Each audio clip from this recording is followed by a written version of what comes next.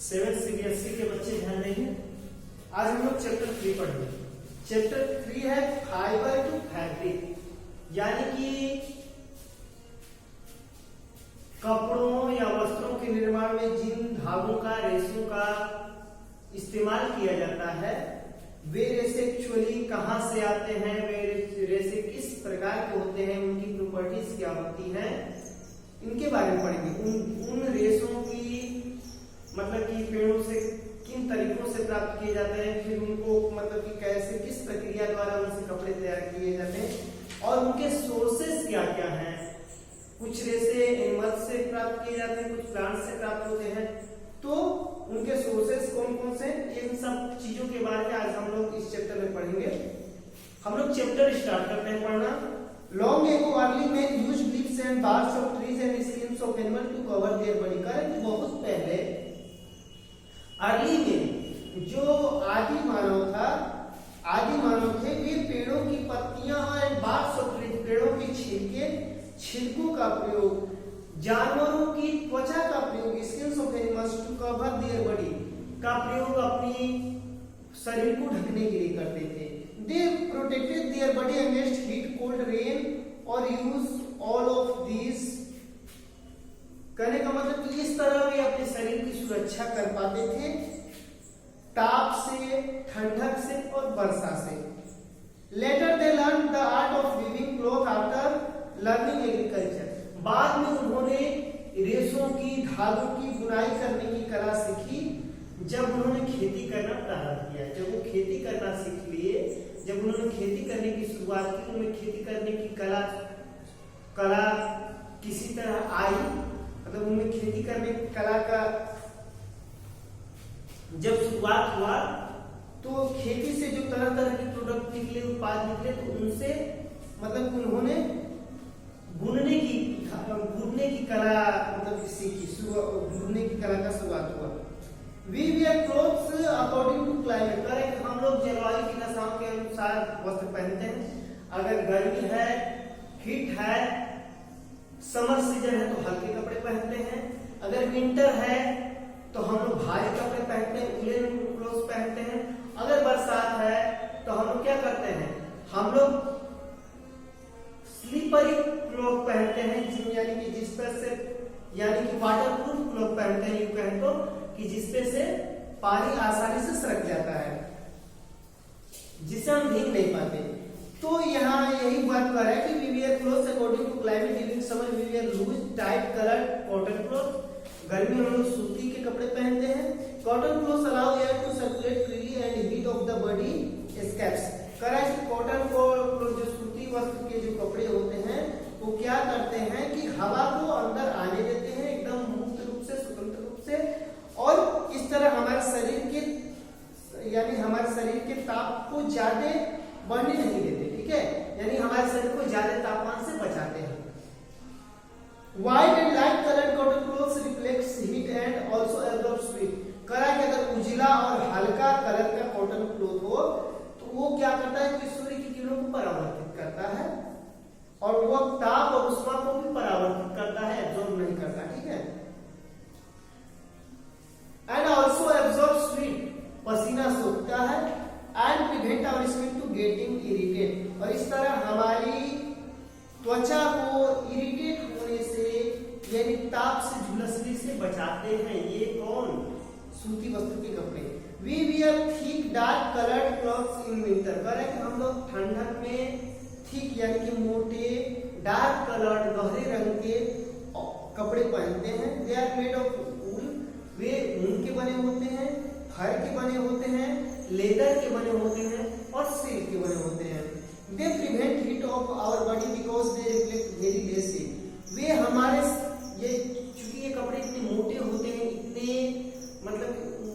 इतने थिक होते हैं, इतने भारी मटेरियल के बने होते हैं कि ये शरीर से हमारे शरीर के टेम्परेचर को बाहर नहीं जाने देते, यानी हमारे बॉडी के टेम्परेचर को मेंटेन रखते हैं और बाहर के विंटर को जो है कि लो टेम्परेचर को, यानी कहें कि बाहर के ठंडक को, कूलनेस को, ठीक है,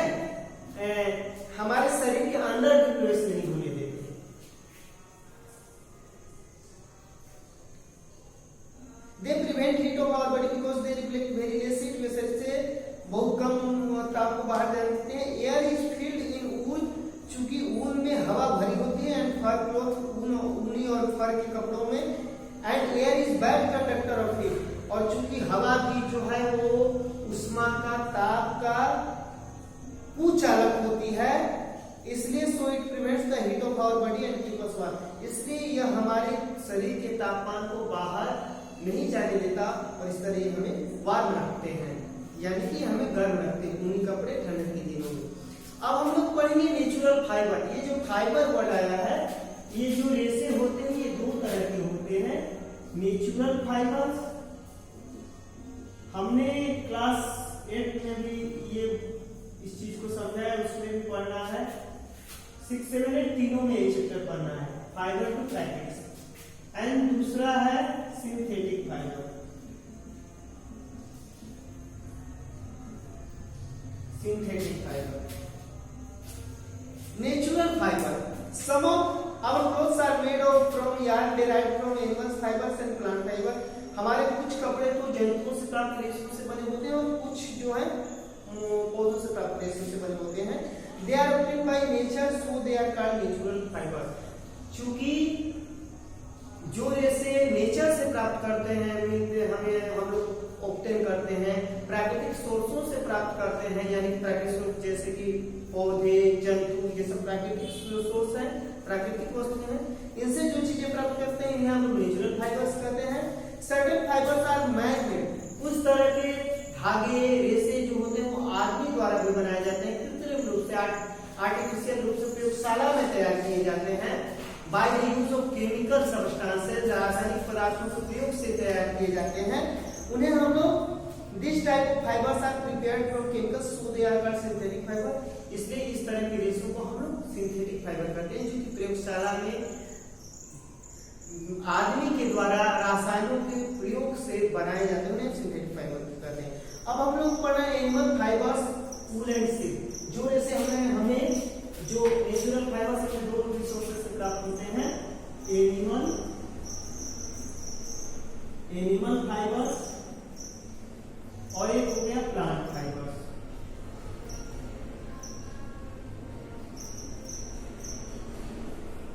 प्लांट फाइबर्स तो हम लोग अब पढ़ेंगे अभी नेचुरल फाइबर्स के बारे में। जो एनिमल नेचुरल फाइबर में एनिमल फाइबर्स के बारे में पढ़ेंगे, वैसे जैसे जो हमें यानी कि जंतुओं से प्राप्त होते हैं, जैसे कि एग्जांपल में हो जाएगा ऊन। ऊन होता है, ऊन जो विभिन्न बकरियों, भेड़ों, ठीक है, या पहाड़ी में रहते इनके ऊन से प्राप्त हो, इनके मतलब कि बालों से तैयार होते हैं, उन्हें बोलते हैं। और एक है सिल्क वर्क से जो हमें ये रेशा तैयार होता है, उसे सिल्क बोला जाता है। We get wool from the hair of sheep, goat, yak, llama, alpaca and other animal। कह रहा है कि हम लोग ऊन पाते हैं भेड़ों की बालों से, बकरियों की बालों से, याक पहाड़ी बैल है उसके बाल से, लाइमा एक तरह का जानवर है, बर्ड, उसके भी बाल मुलायम और लंबे लंबे होते हैं, उसके शरीर पर भी इसकी बालों से पाते हैं। अल्पाका एक तरह का जानवर है, उसकी मुलायम बालों से ऊन तैयार होते हैं। एंड अदर एनिमल, और अन्य दूसरे जीवों के, जानवरों के बालों से ऊन तैयार होते हैं, this wool yielding animal have hair on their body. ये ऊन पैदा करने वाले जंतुओं के शरीर पर क्या होते हैं? बाल होते हैं। As we know that air is bad conductor of heat and hair trap a lot of air। जैसा कि हम जानते हैं कि हवा जो है हवा जो है उष्मा की कुचालक होती है, इसलिए इनके हेयर जो है बहुत अपने अंदर बहुत सी हवा को फंसाए रखते हैं। So here keeps these animals warm, इसलिए इन जंतुओं के हेयर जो है इन जंतुओं को गर्म रखते हैं, ठीक है, अपने अंदर हवा फंसाए रहते हैं, इनके शरीर के उष्मा को मतलब कि एटमॉस्फेयर में नहीं जाने देते, शरीर से बाहर नहीं जाने देते, इसलिए इन जंतुओं का बॉडी टेम्परेचर मेंटेन रहता है और इनके शरीर के अंदर भी बाहर के ठंडक को नहीं जाने देते। इस तरह जो भी हवा से जगह कवर रहता है तो उससे इनके शरीर के ना तो अंदर ठंडक जाना संभव हो पाता है, ना उनके शरीर के टेम्परेचर को बाहर जाना संभव हो पाता है। इस तरह के शरीर के बॉडी का टेम्परेचर मेंटेन रहता है। ऊन is derived from this hairy fibre, कह रहा है कि ऊन जो होता है इसी तरह के बाल जैसे रेशों से तैयार होता है, प्राप्त किया जाता है, यानी डिराइव किया जाता है। Several breeds of ships are found in different parts of our country, कह रहा है कि भेड़ों की कई प्रजातियां, कई नस्ल हमारे देश के विभिन्न भागों में पाई जाती है। The fleece of ship is not only source of wool, कह रहा है कि the yak wool is very common in Tibet and Ladakh. The fleece of ship is only source of is not only source of wool, कह रहा है कि सिर्फ भेड़ों के शरीर का जो मुलायम बाल होते हैं वही ऊन के स्रोत नहीं है, जबकि एक तरह का जानवर है याक, जो कि लद्दाख या लेह में पाया जाता है, पहाड़ी वाले तिब्बत लद्दाख में पाया जाता है, उसके बड़े बड़े बालों से भी ऊन तैयार किया जाता है, यानी विभिन्न तरह की जंतुओं से ऊन तैयार किया जाता है। Alpaca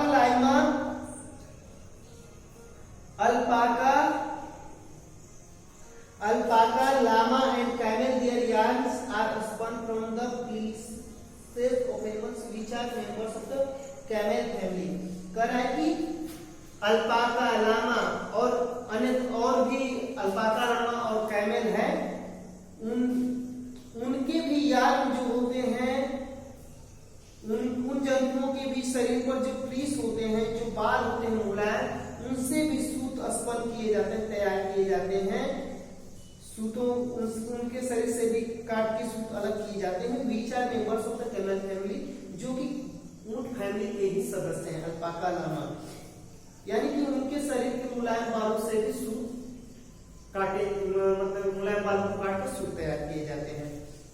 this fibres are soft and warm and light weight, कह कि इनके बालों से बने जो रेशे होते हैं मुलायम होते हैं, गर्म होते हैं और वजन में हल्के होते हैं, हल्के वजनी होते हैं। अंगूरा is an extremely soft fluffy and warm fibre, एक रेशा का नाम है अंगूरा, जो कि एक्सट्रीमली बहुत ही मुलायम होता है, फ्लफी हवादार होता है, वार्म फाइबर गर्म रेशा होता है। और इस अंगूरा के नाम पर ही एक मार्केट में आई क्लोथ बनाने वाली कंपनी जो वूलन क्लोथ बनाती है, अंगूरा के दुपट्टे या मफलर आते हैं, ठीक है, अंगूरा कंपनी के, इस अंगूरा के नाम पे ही, ठीक है, एक मैन्युफैक्चरिंग कंपनी है। आपको विंटर क्लोथ मैन्युफैक्चरिंग कंपनी है जो कि विंटर के कपड़े बनाती है, तो ऊनी वस्त्र बनाती है। इसी के नाम पर, इस जंतु के नाम पर उसका नाम अंगूरा पड़ा है, और वो जो कि ऊनी कपड़े तैयार करती है, तो इसलिए मतलब उसका नाम अंगूरा है, इस अंगूरा के नाम से ही पड़ा है। इट इज ऑब्टेन फ्रॉम अंगूरा गोट, ये जो अंगूरा जो मुलायम फ्लफी हवादार और गर्म तरह का रेशा होता है, ये अंगूरा नाम की एक बकरी होती है, बकरी की प्रजाति होती है, उससे तैयार होता है। Is also extra ordinary soft, जो कि बहुत ही मुलायम होता है, रेसिलिएंट होता है एंड रिसेप्टिव टू डाई, और यह रंगने में भी आसान होता है, इस पे रंग भी आसानी से चढ़ जाता है। This rare and expensive fibre is formed once a year from the berries of the Kashmiri goat, कह रहा है कि ये जो अंगूरा जो रेशा होता है, ये साल में एक बार फॉर्म किया जाता है, काटा जाता है कश्मीरी बकरी की पेट से, यानी कश्मीरी बकरी की पेट के ऊपर जो बाल होते हैं मुलायम मुलायम, तो उस कश्मीरी बकरी का नाम, जो मुलायम बाल होते हैं उनके मुलायम बाल को काटा जाता है साल में एक बार, और इससे जो रेशे तैयार होते हैं उन्हें अंगूरा नाम दिया जाता है। which lives only in the mountains of China and Tibet, और इस तरह की जो कश्मीरी बकरी है, जो कश्मीरी गोट है, वो आपको चीन और तिब्बत के पहाड़ों में देखने को मिलती पाई जाती है। नेक्स्ट है mohair, sperm from the fleece of the अंगूरा गोट। From the fleece of the angora goat, shears wool's insulating properties and is extremely light and weight. Mohair, spun from the fleece of the angora goat, shears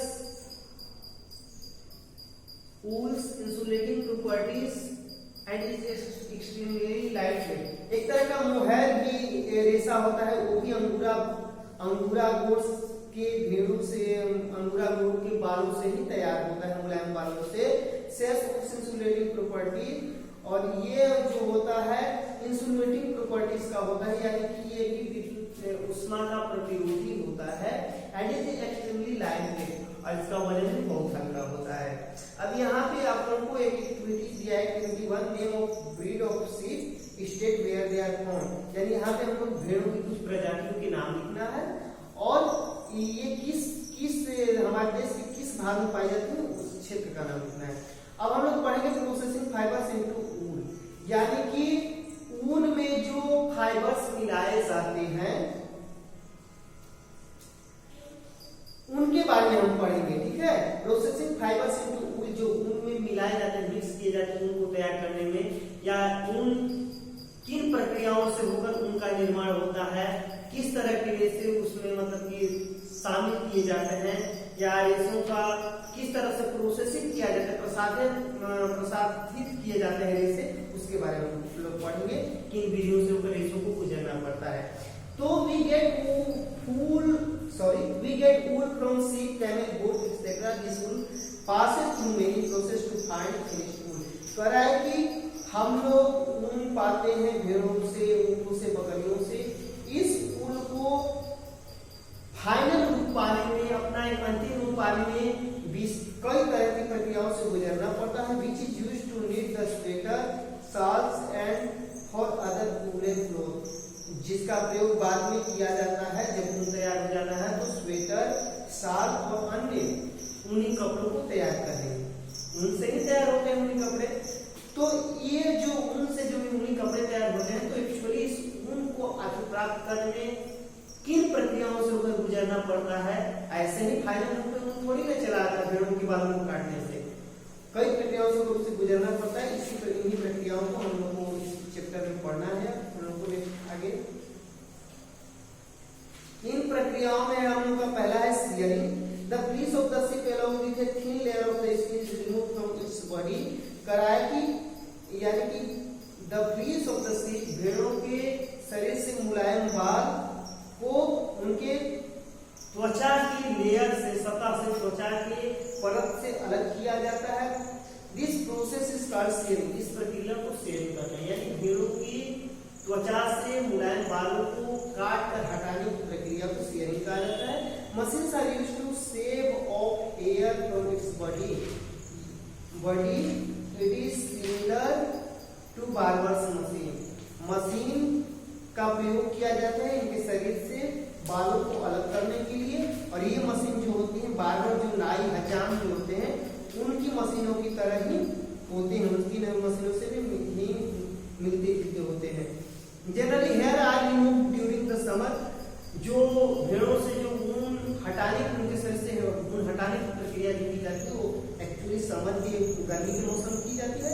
this enables it to survive without wear protective coat of hair, क्योंकि यह मौसम जो होता है भेड़ को बिना सुरक्षात्मक कवच के भी आसानी से वातावरण एडजस्ट हो जाने देता है, क्योंकि ठंडक उन्हें फील नहीं हो पाती, ठंडक का मौसम नहीं रहता कि उन्हें ठंडक लगेगी, तो इसलिए ऐसे मौसम में वे अपने को आराम से एडजस्ट कर पाते हैं, आराम से कंफर्टेबल रख पाते हैं। मौसम उनके लिए आरामदायक होता है, इसलिए ऐसे मौसम में उनके शरीर से जो है बालों की कटाई की जाती है। Woollen fibres are then processed to obtain woollen yarn. तब क्या होता है कि इन वूलन फाइबर्स, इन ऊनी रेशों, ये ऊनी रेशे जो है तब प्रोसेस्ड किए जाते हैं, प्रसारित किए जाते हैं टू ऑब्टेन वूलन यार्न। ऊनी सूतों को मतलब कि ऊनी सूत प्राप्त करने में, यानी कि ये ऊनी फाइबर से, ऊनी रेशों से ऊनी सूत, ऊनी धागे बनाए जाते हैं। Shearing fibers does not hurt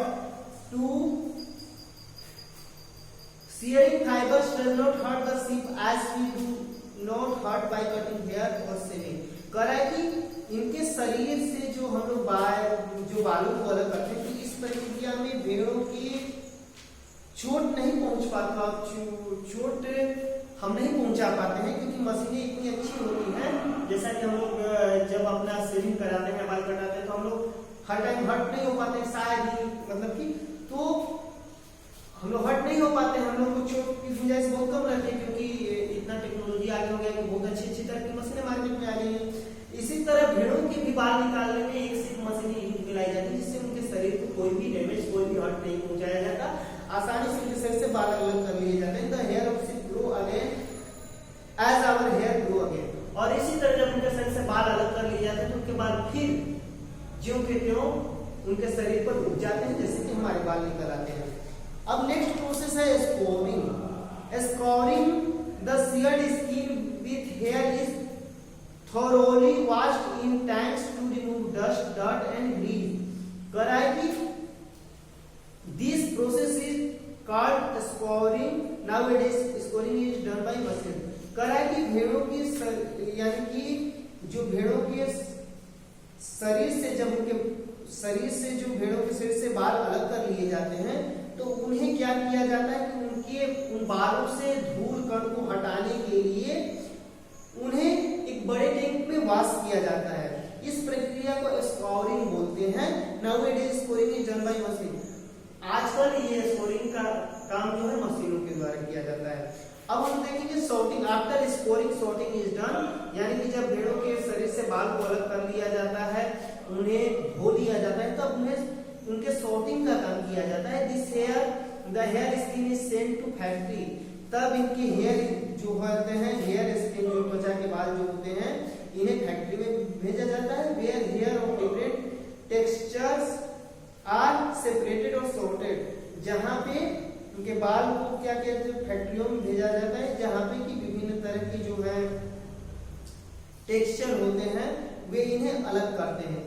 विभिन्न तरह के यंत्र होते हैं, उपकरण होते हैं जो इन्हें अलग करते हैं बालों को। The small fluffy fibres called burrs are picked out from the hairs.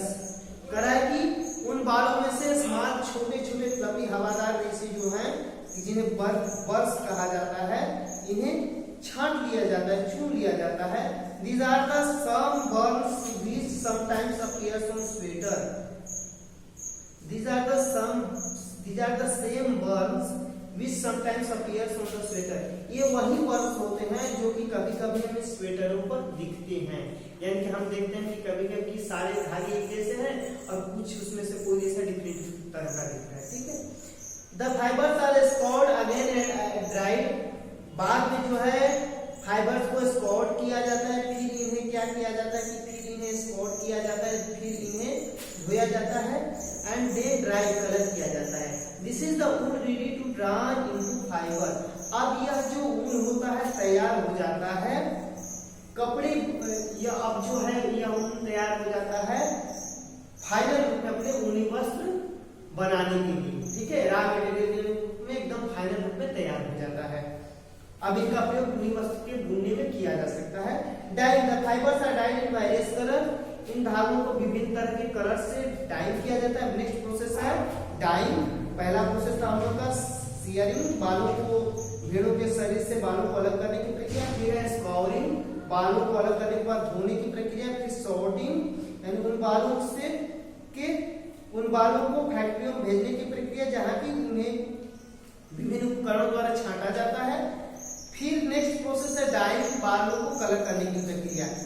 विभिन्न तरह के इसमें रंग चढ़ाए जाते हैं। As the natural piece of sheep and goats it's black, brown और व्हाइट। जैसा कि हम लोग जानते हैं कि बकरियों के बाल लगभग काले होते हैं, भेड़ों के बाल उजले होते हैं, बकरियों के बाल काले उजले होते हैं और भूरे होते हैं, उजले होते हैं। तो इन्हें हम अपने मन मुताबिक कलर पाने के लिए उन्हें डाई करते हैं। हम जिस कलर का उन्हें देना चाहें, जिस कलर की ऊनी वस्त्र हम तैयार करना चाहें, वैसा डाई करके वैसा उन्हें कलर करते हैं। इस प्रक्रिया को डाई कहा जाता है। Now rolling into yarn. अब इन ऊनी रेशों को ऊनी रेशों से यार्न तैयार करने की, सूत तैयार करने की प्रक्रिया को हम लोग समझेंगे।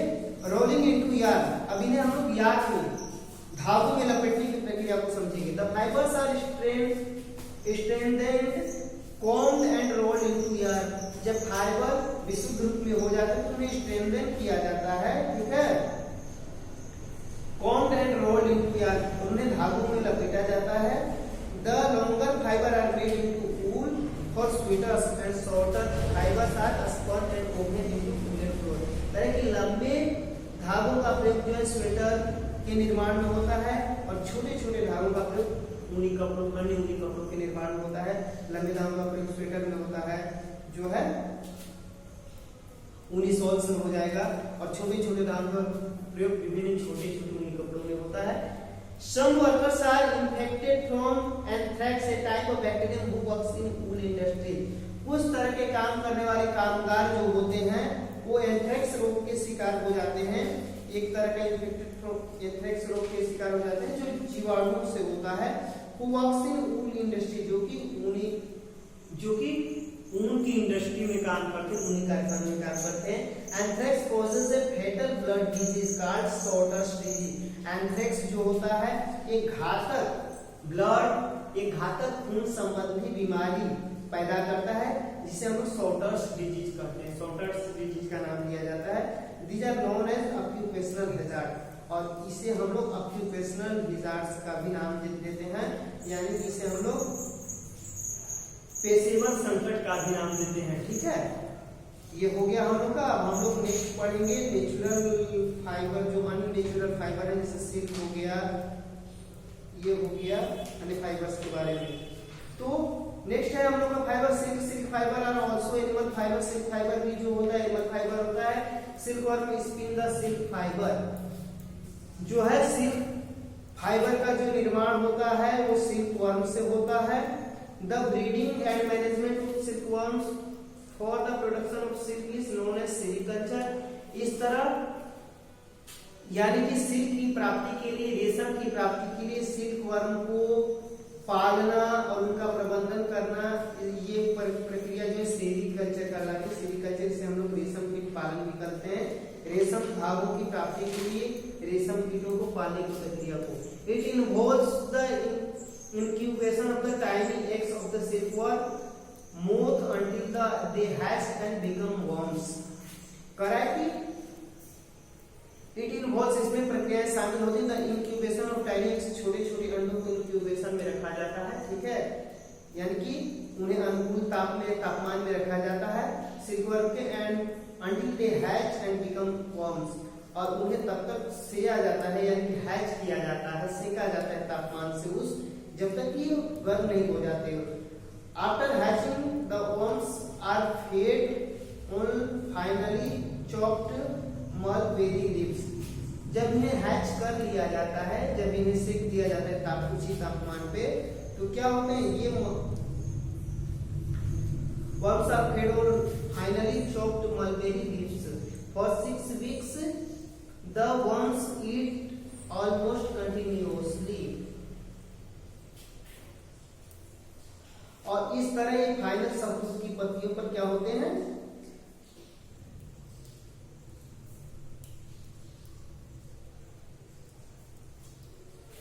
After hatching the worms are fed on finely chopped mulberry leaves, यानी कि इन्हें मतलब हैचिंग करने के बाद इन्हें शहतूत की पत्तियों पर छोड़ दिया जाता है, जहां पे अपने को वो शहतूत की पत्तियों को खाते हैं।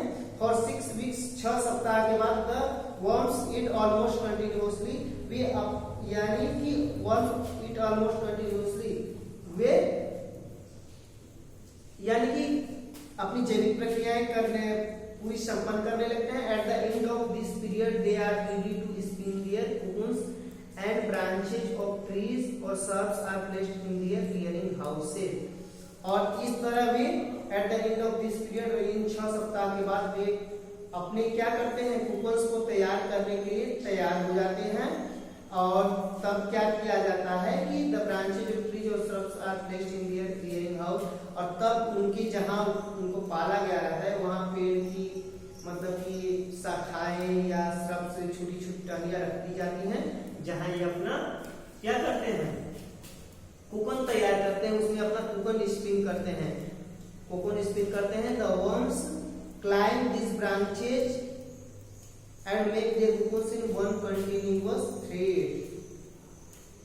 जो द वर्म सिल्क वर्म जो होता है climb this branches, in branches पर चढ़ता है, इन शाखाओं पर चढ़ता है। मेक देयर कोकून, वहां अपने कोकून का निर्माण करता है।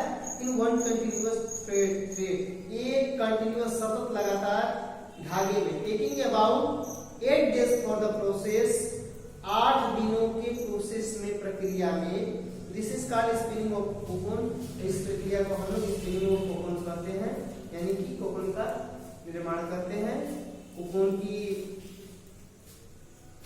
स्पिनिंग बोलते हैं हम लोग। The amount of usable silk is each cocoon is small and about 5500 silkworms are required to produce 1 kg of raw silk. कह रहा है कि इस तरह यानी कि 1 किलो कच्चे रेशम के धागे के निर्माण के लिए हमें 5500 सिल्कवर्म की जरूरत होती है। ठीक है, अब आप लोग को ये after the complete cocoon have been gathered, करें कि जब कोकून तैयार हो जाता है तब उसे कलेक्ट किया जाता है। जब कोकून बन जाता है पेड़ों की शाखाओं पर जहां सिल्कवर्म चढ़ने लगते हैं, यानी कि जब ही सिल्कवर्म ग्रो करने लगते हैं तो उनके जब वो अपनी जैविक प्रक्रिया शुरू कर देते हैं तो उनके पास पेड़ों की छोटी छोटी शाखाएं या मतलब कि छोटी छोटी शाखाएं पेड़ों के जो है ब्रांचेज रख दिए जाते हैं, श्रफ्स रख दिए जाते हैं, जिन पे वे चढ़ना शुरू कर देते हैं, अपना कोकून बनाना शुरू कर देते हैं। तो जब कोकून जो सिल्कवर्म बना लेते हैं जहां तहां बहुत सारे एकदम इन लार्ज स्केल व्यापक पैमाने पर, तो उन कोकून को गैदर किया जाता है, कलेक्ट किया जाता है, एकत्रित किया जाता है। The initial step is silk manufacture is to kill the insect inside them. सबसे पहला चरण जो है रेशम को तैयार करने की तो कि उन कोकून को एकत्र कर उनके अंदर जो सिल्क वर्म होता है, जो सिल्क वर्म होता है, रेशम कीट होता है, उससे पहले मारा जाता है, किल किया जाता है। Thus the cocoon are first boiled or treated in oven।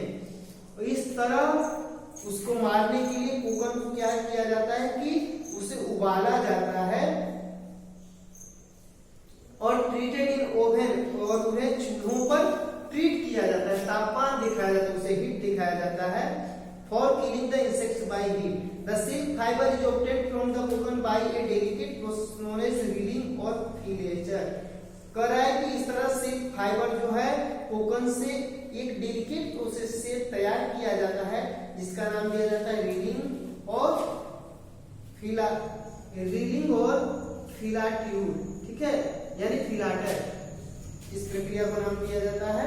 The cocoons are first heated in boiling water. पहले कोकून को बॉइलिंग वाटर में उबलते हुए पानी में क्या किया जाता है, गर्म किया जाता है to dissolve to gummy substance that hold the cocoon filaments from 4 to 8 cocoon are joint and number of other similar twisted filaments to make a thread and wound on a reel. कह रहा है कि पहले उन्हें गर्म पानी में boiling किया जाता है, जिससे क्या होता है कि कई सारे कोकून जो है आपस में एक दूसरे से ज्वाइंट हुए होते हैं गमी सब्सटेंस से, चिपचिपे पदार्थ से, तो गर्म पानी गर्म करने पर भी एक दूसरे से अलग हो जाते हैं। ये जो गमी पदार्थ होता है वो पानी में डिजोल्व हो जाता है और जिससे सारे कोकून अलग हो जाते हैं, जो कि आपस में एक दूसरे से जुड़े होते हैं। Number of other similar twisted filament to make a thread and wound on a reel, जो कि एक दूसरे आपस में लिपटे हुए एकदम उलझे हुए रहते हैं, तो ये अलग अलग हो जाते हैं।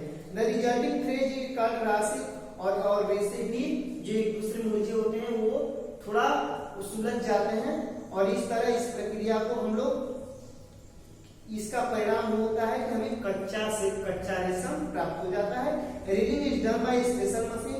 इस रीलिंग या फिलाटर की प्रक्रिया को स्पेशल मशीन के द्वारा भी, विशेष मशीन के द्वारा भी किया जाता है। Which unwind the threads of fibres of silk from the cocoon, जो क्या करता है कि कोकून से रेशम के रेशों को क्या करता है, अनवाइंड करता है, अलग कर देता है। ठीक है, यानी उलझे हुए धागों को अलग अलग कर देता है, सेपरेट कर देता है।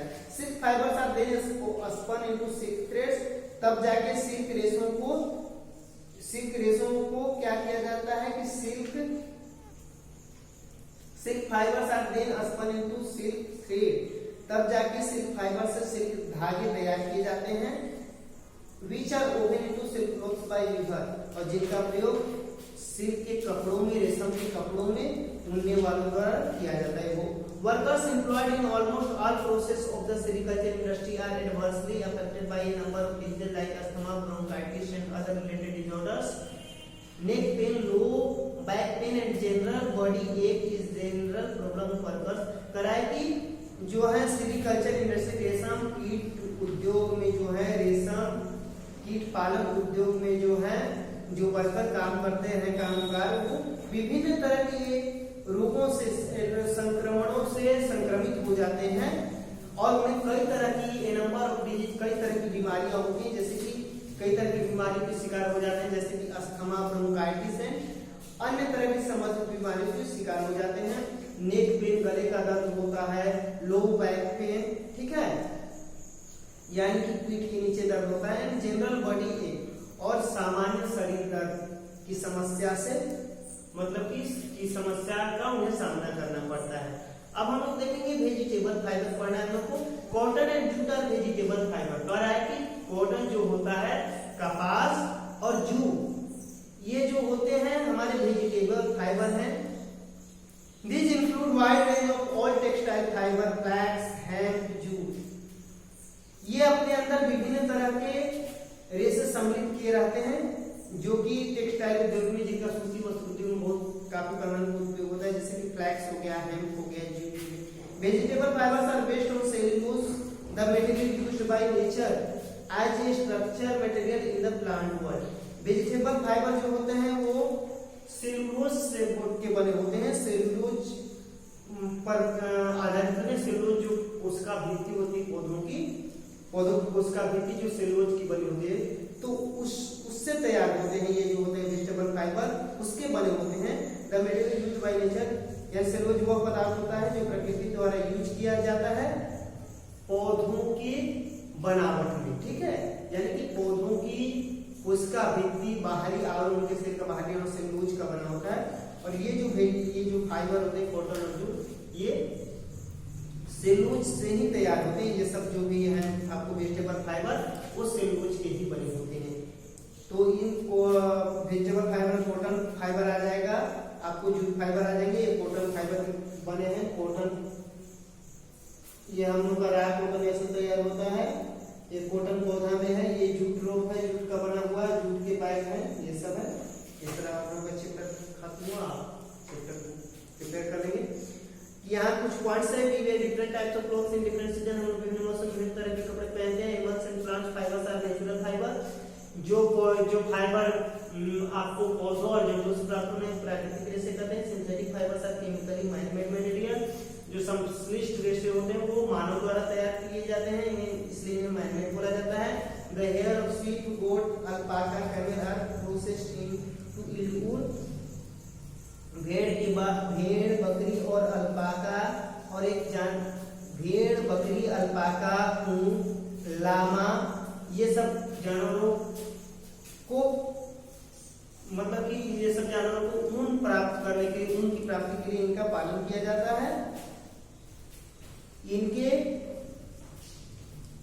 इनके बालों से ऊन प्राप्त किया जाता है। The sheep hair is sheared off from their body as coats, sorted, dried, dyed, spun and woven to yield wool। कराकी शीप हेयर इज sheared, भेड़ से जो शरीर से बाल निकाला जाता है उसके शरीर से उसे विभिन्न प्रक्रियाओं से गुजरना पड़ता है, जैसे कि पहली प्रक्रिया है sheared, उसके शरीर से बाल अलग करने की, फिर स्कॉट, फिर सॉर्टेड, फिर dried, dyed, spun and then woven. अब तब जाके वूलन कपड़े तैयार करने में उसका प्रयोग किया जाता है, बुनाई में प्रयोग किया जाता है।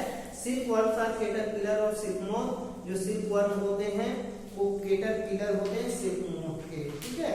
फिर है during their life cycle the worms spin cocoons of silk fibres. अपने जीवन चक्र के दौरान, जीवन के दरमियान जो रेशम कीट होते हैं यानी कि रेशम के धागों के लिए कोकन का निर्माण करते हैं। Silk fibres are made of a protein.